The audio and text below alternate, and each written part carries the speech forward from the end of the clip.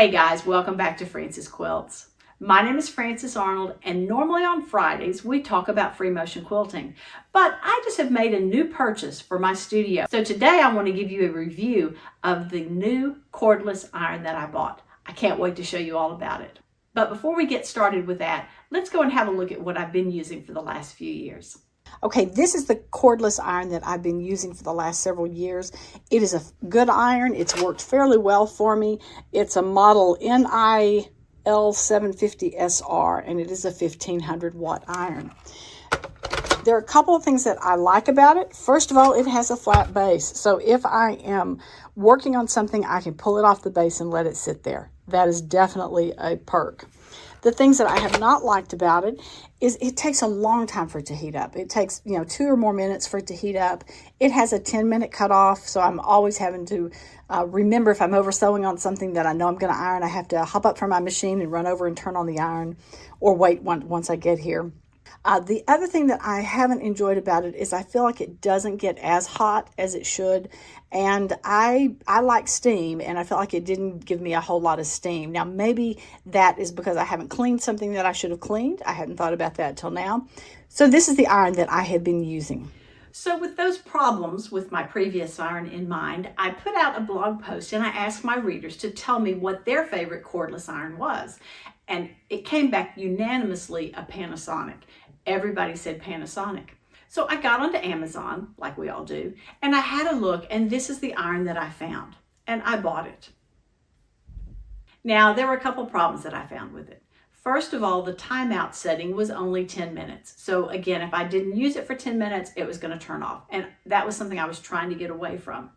Secondly, the information on Amazon said that it was a 2400 watt iron. My previous one was 1500. And I thought, man, that's perfect. Well, that was obviously a misprint. This one was also a 1500 watt iron. So after I tried it for a day, I packed it up and I sent it back. Okay, let's fast forward a little bit. I got to the International Quilt Festival in Houston and started talking to the Panasonic distributor there. Now, they didn't have irons for sale, but they had them all laid out so they could tell us about them. The iron that really caught my eye was this one. It is a QL2000. It arrived a couple of days ago, so let's unpack it and give it a try. Okay, let's have a little bit closer look before we get it all plugged in. I love the red color. I love that this is clear so I can see where my water levels are going. It has a ceramic plate on it.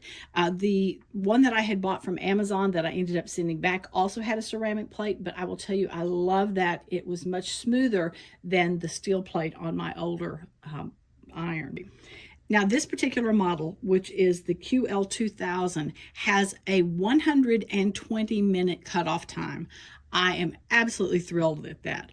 I can work 2 hours and it will still be hot and ready for me to use. I think that is going to be the biggest plus about this iron. Filling it up is rather easy. You just push this button on the side here, and then you can lift this part out right here. That whole thing comes away, and then you can go and fill that up with water. Let's see, where do you fill it up? You fill it up through here. Fill it up with water right there. And then when you get ready to put it back on, you're just going to push it back down like this, and it's going to snap in place and ready for you to use. I think that will be nice too. One thing that I am concerned about is that I can't stand it up like this. I cannot stand it up and let it sit. I'm going to have to get used to that. What I found, again, on the one that I bought from Amazon is that I tended to just be ironing like this, and when I wanted to move my fabric or something, I just put it over to the side like that, and then would pull the next set of fabric down and start ironing again. Just every so often, though, knowing that I had to bring it back over here and put it back on the base. Okay, let's get it plugged in and ready to go. All right, it's all plugged in. Let's do the first test, put it on the base and turn it on. I'm going to turn it on high, and let's see how long it takes to heat it up.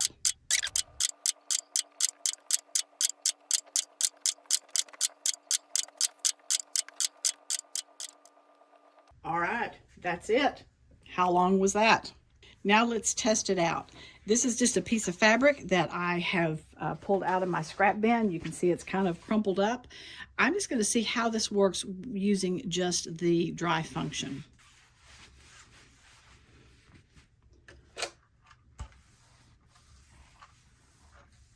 Again, it is so smooth as it glides over that fabric. Again, I think that's the sole plate. That works well. And I mean, this is a short test, as you can tell, but so far I think this is going to be a really nice product. Now, I know most of us will never be caught dead ironing clothes, but I have this shirt that wrinkles really, really badly, and let's just see. One-handed ironing here. Look at that. Oh yeah, I think I'm gonna like this iron. All right, to end up this review, let me say that in the last 2 days, I've been doing some strip piecing where I needed those strips to be straight and the seams to be just perfect. And it worked magically for those. And this pattern that I was working on was one where you'd sew some things together and iron them. And then you'd do some cutting and some other things. And then you'd sew more stuff to it and you'd iron it. So I could be away from that iron for 15 or 20 minutes at a time. And every time I came back, that iron was hot and ready for me to go. And you saw that it'll even work on clothes. It looks like it can only be purchased from Panasonic at this time. I don't think it's available on Amazon, but I'll leave a link in the notes below so that you can go out and check it out yourself. Many thanks to everyone who gave me magnificent suggestions for irons.